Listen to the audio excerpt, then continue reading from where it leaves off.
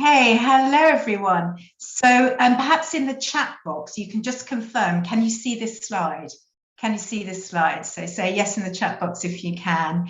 And I know that Jenny's also monitoring that chat. So just want to make sure, fabulous. Thanks, Chris. Thanks, Chris, the first one in. You're the winner. Okay, fabulous. So as I say, my name is Julia Shalet. Thanks so much for coming along to this event.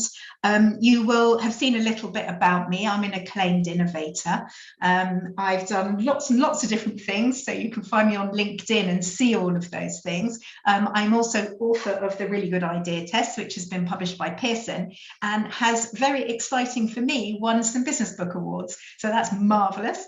And currently being published in other countries as well. So it's obviously something people are going for. And you know what I'm going to talk to you about today and work with you on is really this kind of stage that a lot of people miss at the very early point of having an idea, right? And this question will get you really thinking about that. So what do you think are the biggest reasons that new ideas fail?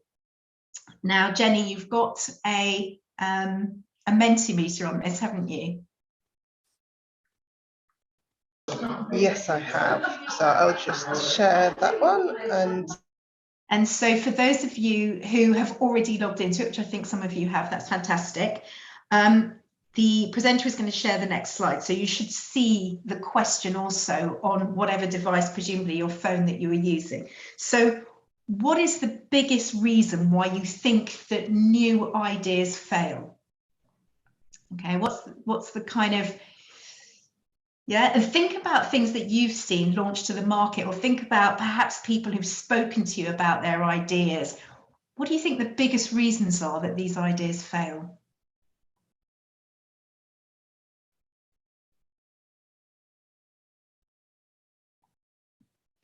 If you're struggling with that as well, feel free to pop it into the chat. You can see the options on the screen. So let us know in the chat what you think the biggest reasons are. Okay, I can see. So a couple of you saying it's poorly executed, doesn't work well. One of you is saying poor leadership, yeah. And one of you says it doesn't meet a need.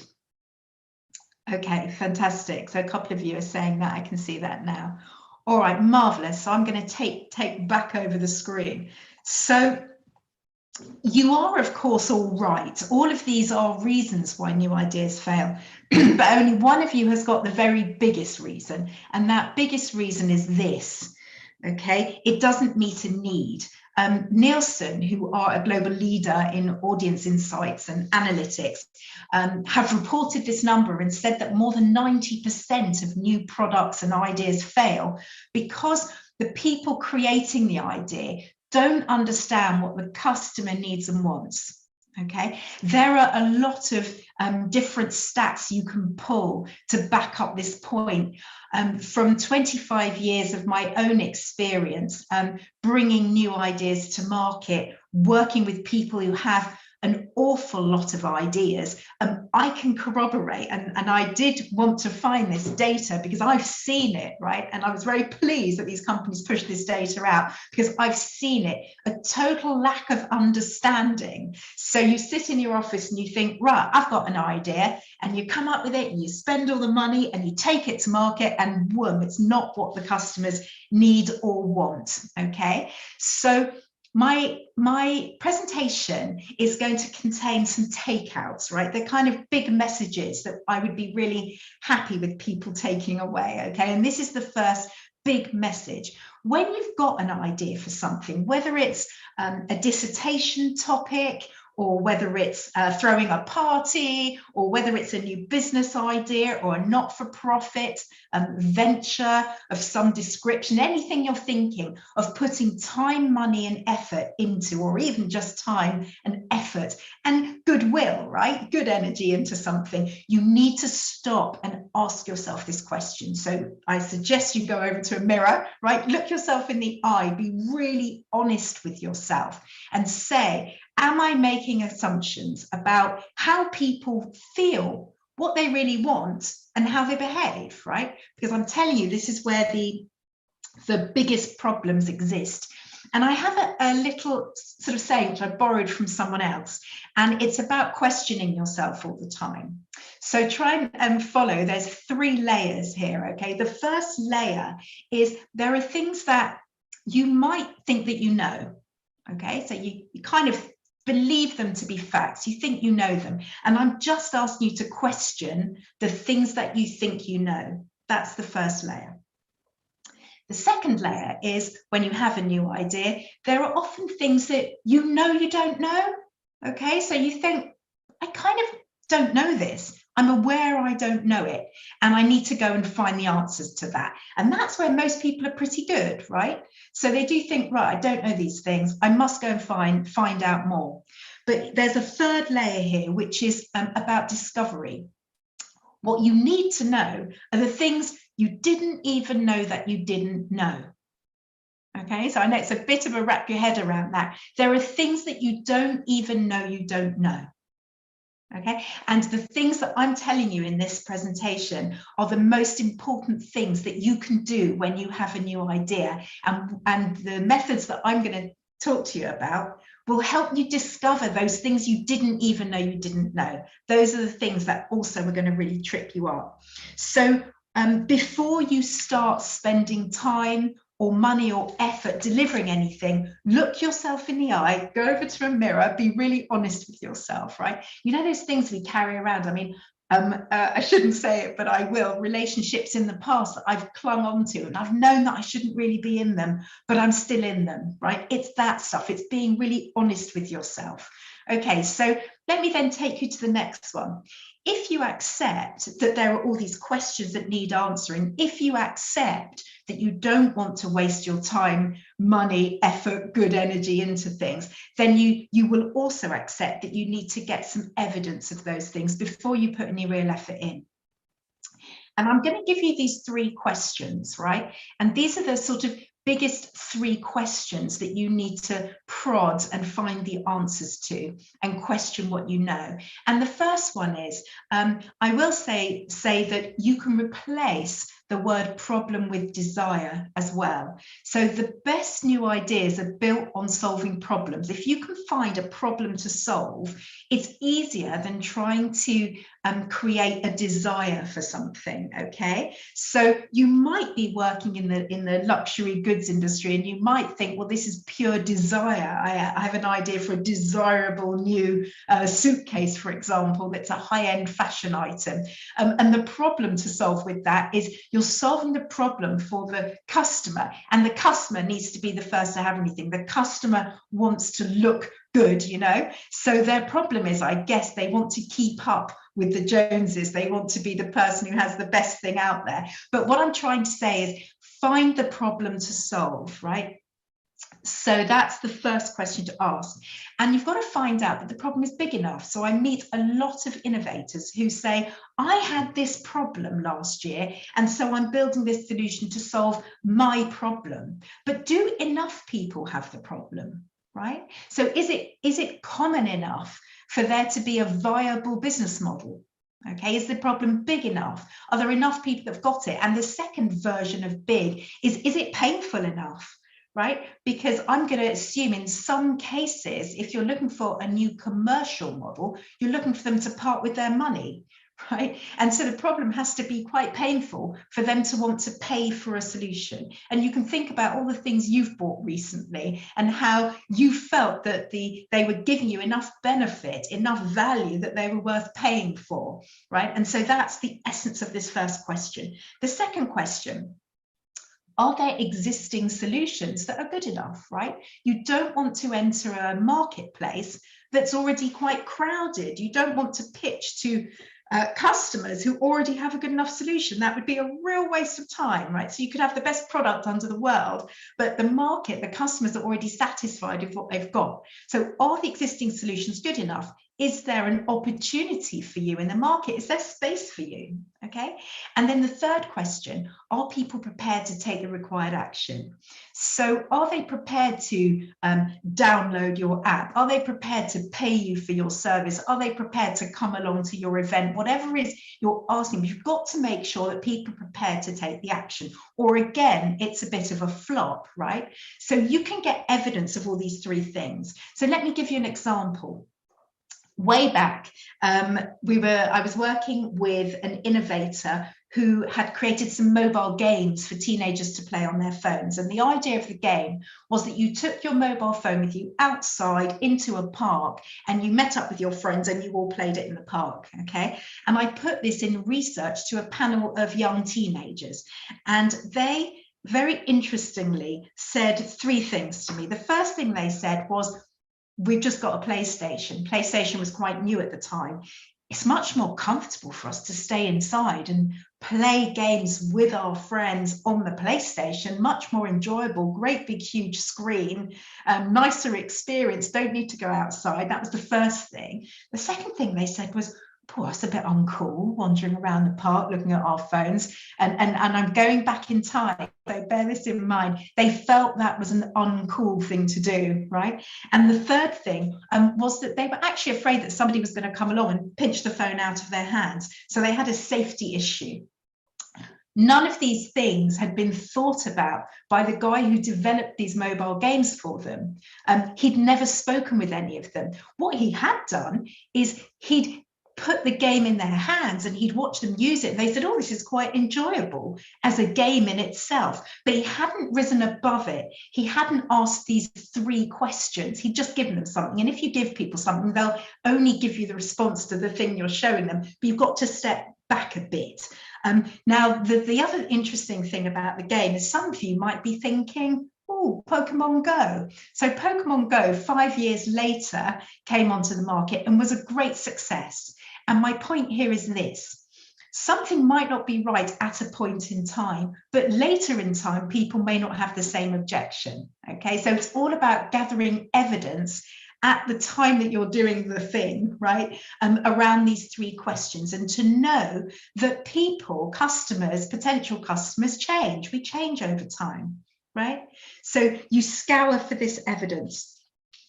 So that's my takeout. The next one is this. And I've alluded to it already. Let's talk to people and talk to them directly, and ask them a range of questions that are designed to get the answers to the questions that I've posed, because those are the biggest risks that you've got. Okay, and I am a huge fan of early on, before you've done any building of anything, before you develop your idea, before you've started writing your dissertation, whatever it is, get eye to eye with people. And I deliberately say eye to eye because video is fine, right? Video is a great way.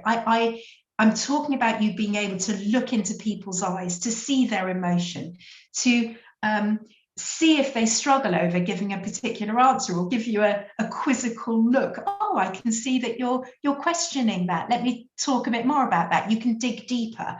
All of these questions that I've posed you are quite emotional. Talk to me about your problems. Talk to me about how you solve it. They're emotional questions, and they're questions where you want to dig deeper. So hiding behind some kind of online survey, using social media to get this early validation of your idea is not great, because you can't do all these things that I'm talking about. You can't see their emotion, you can't probe further. So really do get one-on-one, eye-to-eye, face-to-face conversation. It's quick, it's cheap, it's easy, right? Don't do a great big online survey, as a lot of people I find do. Obviously, you need to take steps to make it a very comfortable and open conversation. And there's all sorts of things you can do to make people feel comfortable. Let's say you can explain up front and say, look, I've got quite a few ideas. So I'm very keen to get your honesty to this. I've got my next ideas waiting in the wings. You know, you don't have to like this one. You won't upset me. I haven't spent too much time developing it yet. You know, you can tell them all this stuff to make them feel comfortable. And there's an awful loads and loads of tips on this in the book if you're interested in doing this. The next thing is to understand that people have bias, right? So you have bias, you want to see your idea work, and I'm suggesting you do this research yourself. So you need a way to neutralize yourself. I call it putting on research face, right?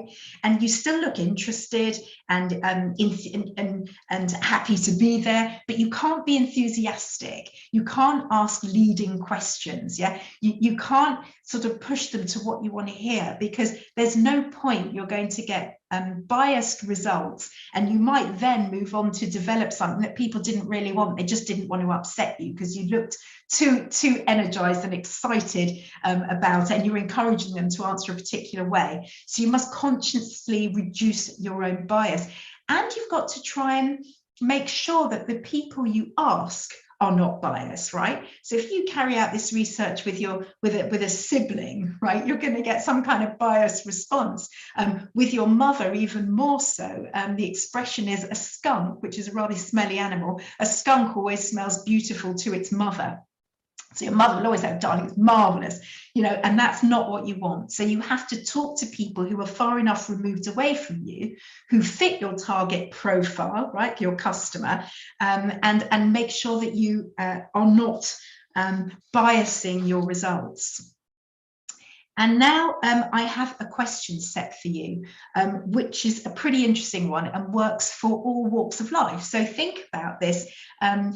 Whenever you're trying to dig for more information, for example, okay? So if you want to dig for more information, you might say, let's imagine you're querying somebody's problem. So I understand you had a problem with that. We're doing an interview together. We're chatting about it. Tell me more about your problem.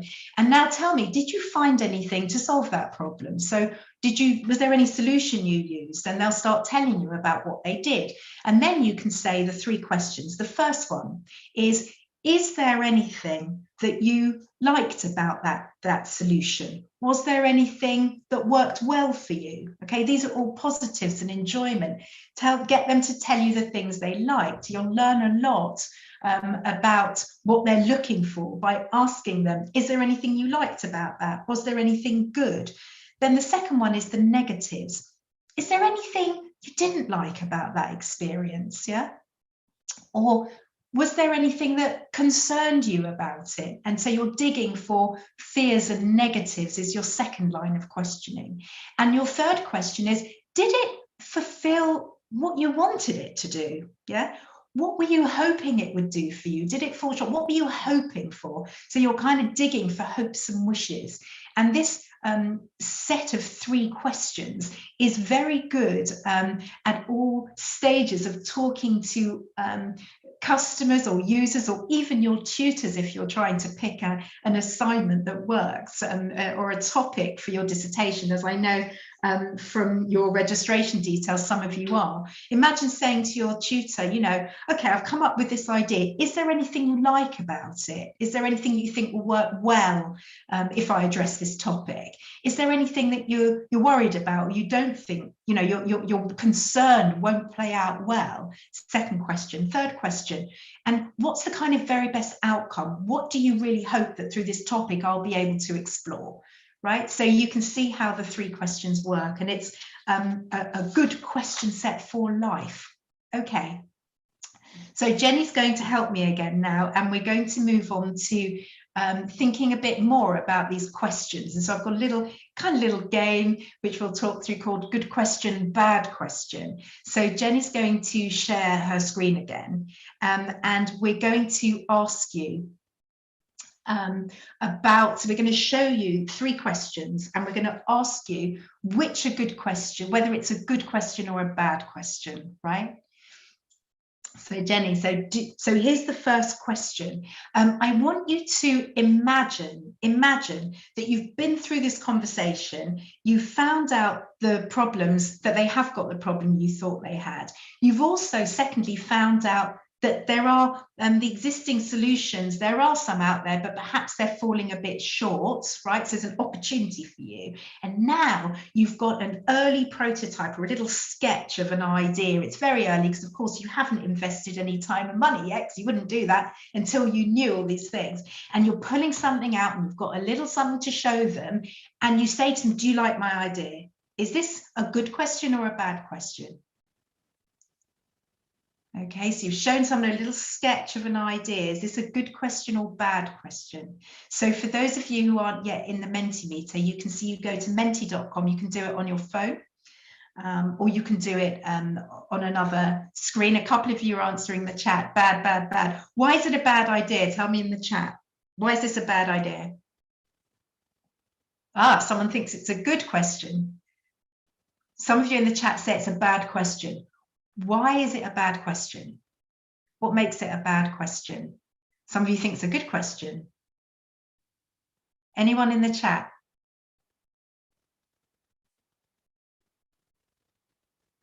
It's too vague.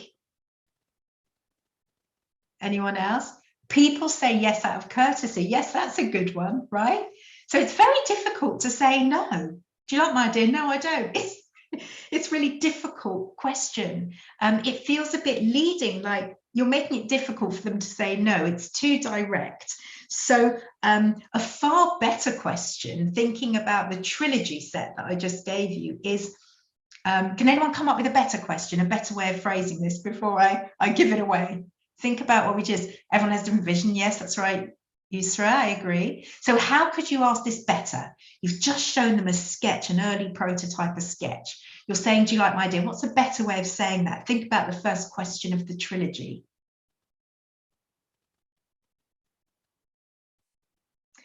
So a better way of saying that, what do you think of this idea? Okay, that's better, a little bit better, isn't it? What do you think of it? A little bit vague, a little bit vague. What do you think of it? How about, is there anything that you like about this idea?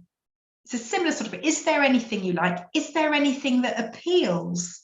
Is there? If you say, what is appealing about this idea? You're leading them, you're assuming there's something that's appealing, right? You're assuming there's something that's appealing. If you say, is there anything that appeals? Is there anything that looks interesting? Then you're keeping it more open. Okay, good. So now let's go on to the next question. And of course, we can have a discussion once we're through this set where I'm kind of presenting to you. So let's have the next question, Jenny. So again, same situation. You're showing them an early prototype of an idea you've got, and you say, what would you pay for this? Is this a good question or a bad question? What would you pay for this? It's a bad question, someone says.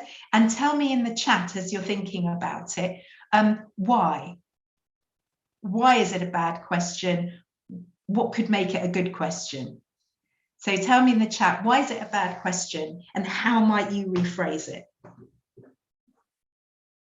Any ideas? So you all agree it's a bad question. I agree it's a bad question as well, but I want to know why you think it's bad and what might make it better. We like to have reference prices to compare for value added. Not quite entirely sure what you mean, Chris. Tell me a bit more. So what would you pay for this? And what, I'll tell you something, what people say they would pay and what they actually would pay are two very different things, right? So it's a bit too hypothetical. It's a bit too hypothetical.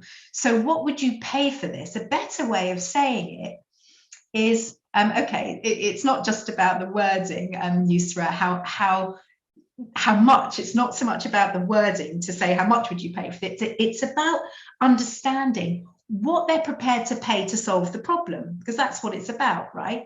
So what you need to do is come up with some kind of parallels. Say to them, right, when's the last time you bought something like this? Or when's the last time, let's say I have a problem and I'm improving my office environment, the situation you see here, right? Let's say I'm buying something to improve my ability to be efficient in my work. Then I might say to them, have you bought anything in the last year that has also helped with your efficiency at work.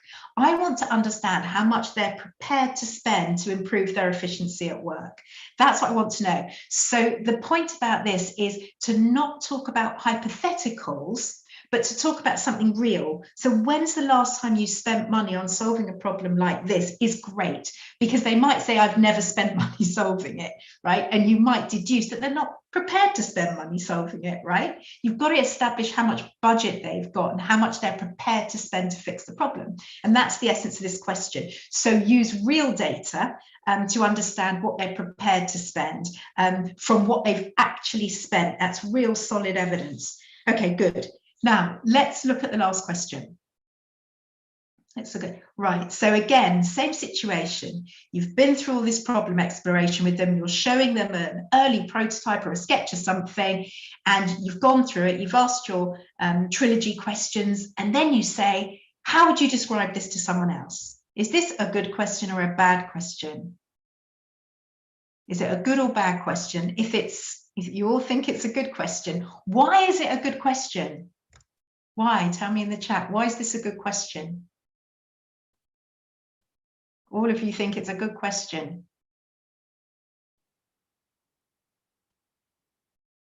Any ideas? Why is it a good question?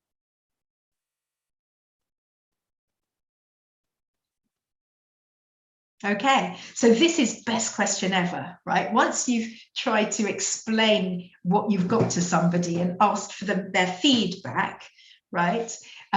It's fantastic to ask this question because they will tell you in their own words how they would describe the product. And Chris, just exactly as you said, will learn about the value they see in the product. Fantastic way of putting it, right? Love that.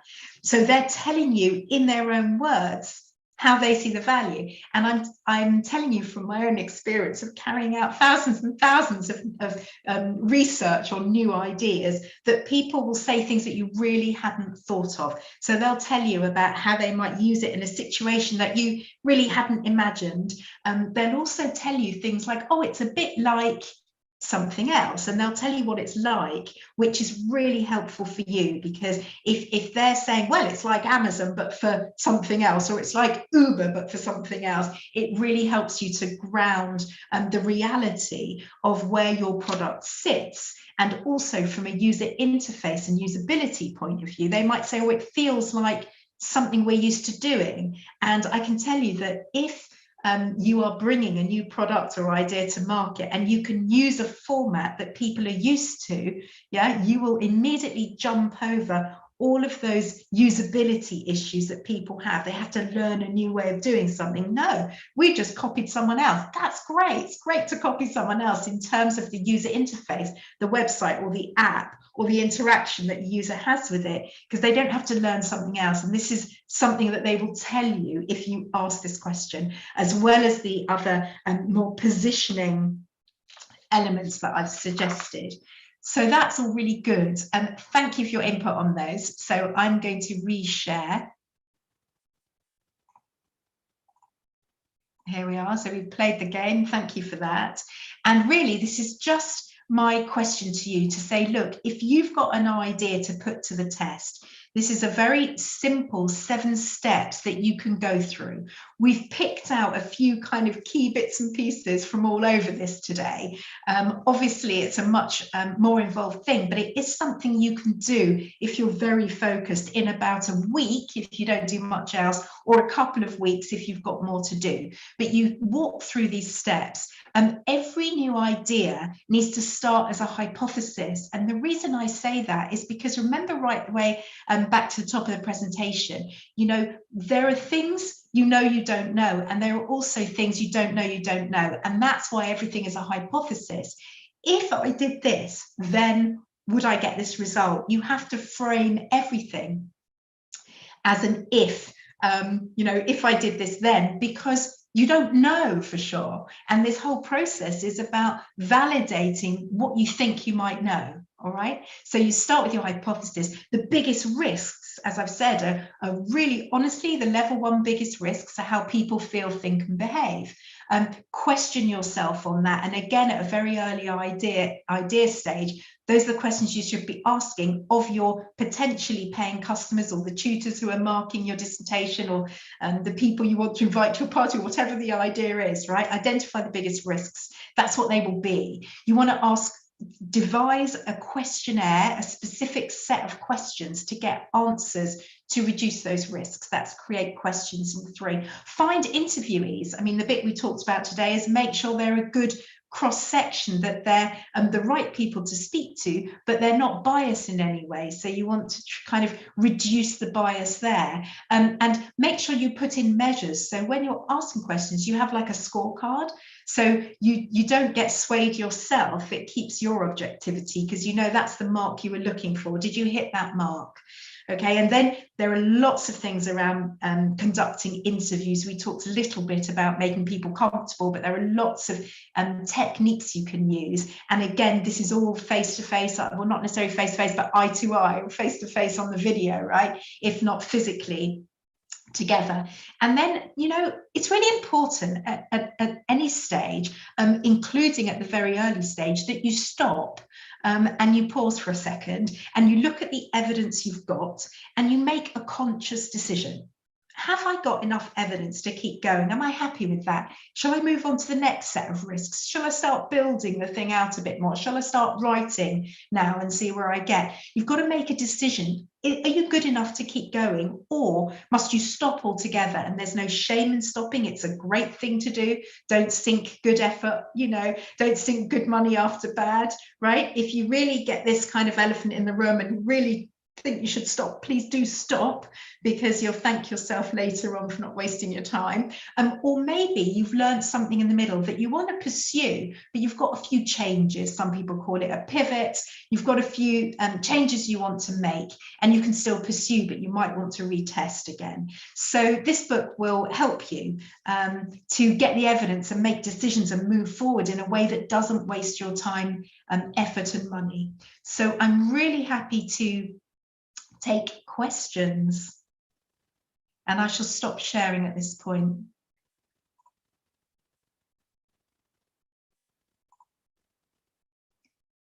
So any questions in the chat?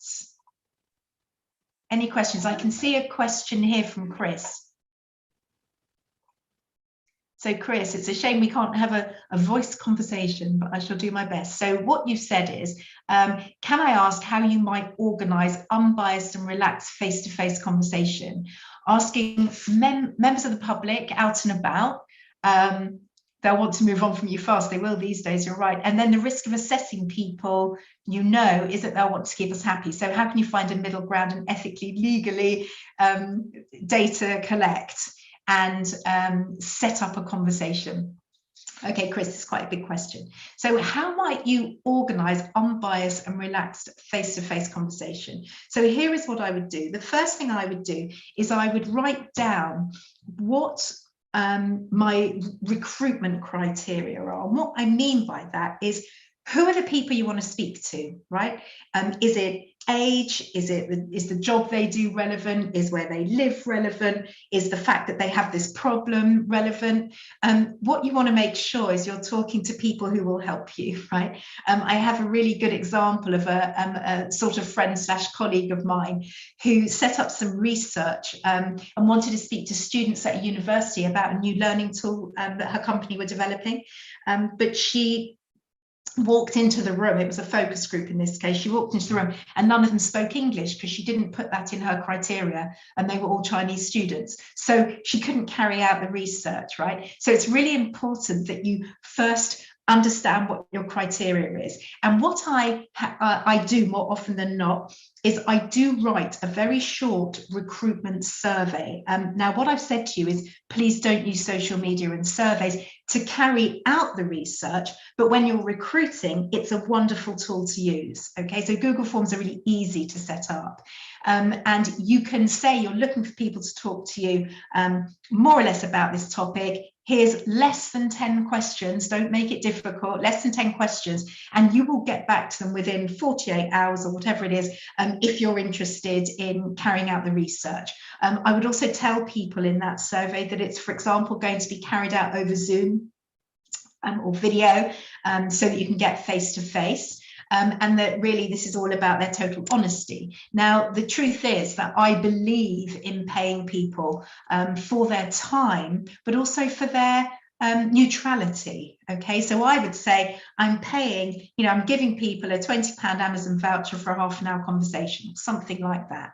Okay, and I would start with only five. If you recruit them properly and just get 5, then you can always move on to more, but make sure you're not wasting your time on the wrong people. So use the recruitment criteria. So they fill out the survey, you get back to them, and you set up this, you send them a Zoom link if you want to pick them. One of the things I do when I'm actually got them face-to-face in front of me, again, is before I give them any incentive or anything like that, I just check they are who I think they are, and then I give my neutrality speech. So once I'm happy that they're the right people, I will say, listen, I'm really happy to be offering you this this money, as I've said, it's a £20 Amazon voucher, just check it, if I got the right email address for you and so on, and they'll give it to you. And you probably will have that in their email, in the email survey anyway. You include the information that you're not going to share their data with anyone else. That's data protection. And you can also check that out on the Market Research Society website website. You'll see some good tips on collecting data, and you just have a little disclaimer that says you're not going to share it. It's just for you. And when you're talking to them, you say, look, I'm really happy to give you this. Thank you for your time. And really, this is about me getting the most honest and open answers from you. Is that okay? I'm just asking you to be honest and open. So you really stress your neutrality throughout. If you back that up with non-leading questions, and we talked a bit about that earlier, then you really will, help yourself and not getting biased responses. So Chris, I hope this is helping. I wouldn't necessarily accost people on the street, except if you're doing something that's very relevant. So I'll give you another example.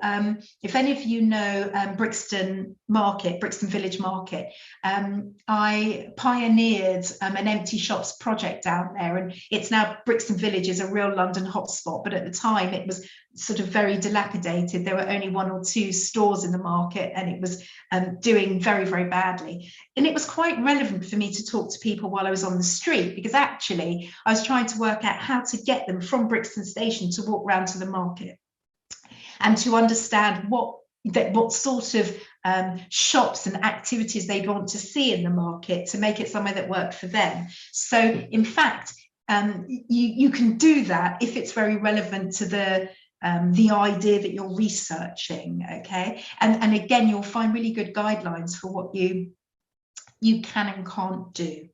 So enough on that, but Chris, I'm very happy if you want to find me and talk to me more about this after this event. So I'm now going to go to the chat, and you want to know the difference between steps 4 and 5. So here is my cheat sheet. So I'm just looking at my physical version. So step 4 is about finding interviewees, and that's all this stuff we've just been talking about recruiting. Okay, so how do you define who you want to speak to, and how do you go and find them? What's the best way of doing that? So that's your activity. And the other thing is you want to make sure, even though I'm saying start with 5, you want to make sure that you get a good mix. So if you're thinking that your idea or your proposition spans quite a large group of potential customers or users, people that might be interested, then you want to try and get a mix across them. Okay, so that's super important, and that's a real part of your finding your interviewees. Imagine you've put a recruitment form out there, like a Google form, to try and get people to come and talk to you and line them up for the interviews. You want to make sure, again, that perhaps they're not all male, right? Or perhaps they're not all 20 years old, or perhaps they're not all doing the same job. If you need a mix, make sure you recruit it. So that's part of that, and that's what step 4 is all about. Step 5 is measures and targets. And this says, right, remember the questions you wrote in step 3. I come across plenty of professionals, I must tell you, who go into research interviews with no script. They don't have a research questionnaire script. So how that can be an objective, kind of scientifically sound exercise, I don't know, but you've written down some questions, right? So let's assume that that's true. And the measures and targets say, right, what what kind of answers am I looking for to give it a score? So you've come in and said, right, does the problem exist? That's one of my first questions. We talked about that. So does the problem exist? And what you want to say is, right, on each person, for the first question, I'm saying, tell me the last time you had this problem. If they can't tell you they had it, then the problem doesn't exist. And that's no, the problem does not exist. If they can tell you they had the problem, then yes, the problem exists. So you've scored that. For the individual, each individual. And then you say, right, in my first group of 5, how many out of the 5 need to tell me that the problem existed for me to think this is now a valid problem to work on? Okay, I'm going to go with 3, and you have to come up with a number, 3 out of 5. So 3 out of 5 people need to say, yes, the problem existed. That's an example of a target and measure in step 5. So what I'm saying is you put down this scorecard grid before you go and do the interviews, because it keeps you objective. So I hope that explains it. And your other question here is, during the initial 6 steps, when you move into the last step, how many interviews? And I'm suggesting start with 5. Start with 5. Now, if, let's say, you're looking at a really targeted proposition for a really specific group of people, then you may feel that 5 is enough, particularly if they all say positive things and you think, right, I'm confident enough. However, if you have more of a big mass market proposition, you might need to go to more than 5. Let me give you an example. Working for a mobile phone operator, in their product marketing department, I was addressing a very large customer base, and I knew, I was working on a particular product, that I would have target market groups in the youth sector. I knew I had, for example, parents were a big one, and I knew that grandparents and single kids, I knew I had all these different segments, and really, because it was mass market, I had to go and speak to 5 people in each of those segments. But still, it was only 25 people in 5 different segments, right? Doesn't take that long compared with the amount of time, money, and effort you could waste building something without knowing that there's a problem, or that your solution is a good one, right? That your idea is a good one. So the numbers depend, but there is no excuse for not starting, and don't ever think that it's too early. Don't ever think that you need a prototype or a solution to show them. You just need to be able to have a conversation and keep it very light, because if you show people something that's just a sketch, they'll be far happier to give you honest feedback, because they know you haven't spent any time developing it, right? So it actually serves your purpose really well to go and test ideas early, and just pick 5 to start with. So that's the answer to that, couched in a lot of other information that I'm trying to give you. Any other questions? Again, I'm very happy for you to connect with me on LinkedIn. Obviously, if you buy the book, that's even better. And I'll even give you a few throwaway sessions, a few key sessions, if you want to tap me up and say, I've got the book, talk to me. I'm very happy to do that. Okay, very happy to do that complimentary. So there we are, there's a bit of a giveaway. So any more questions? And Jenny, is there anything else you want to cover? Oh, that was really, really helpful. Thank you, Julia. And I'm sure that everyone that's in the event has found some really useful tips there. And the chat was great as well. And thank you, everyone, for joining in on the Mentimeter slides. The event's going to be shared on YouTube after the event. So if you do want to rewatch it, I'll be sending a link out to you all, and you can watch it as many times as you would like.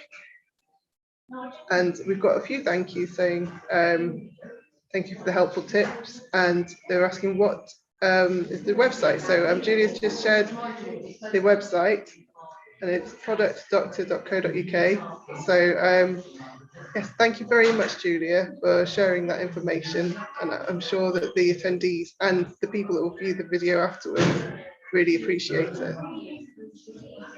Thank you, everyone. Nice to meet you. Okay, so if anyone has any questions after the event, please do get in touch. And I'm the person that's emailed you the original event information. So just pop a question through to me and I will get back to you. Thank you, everyone.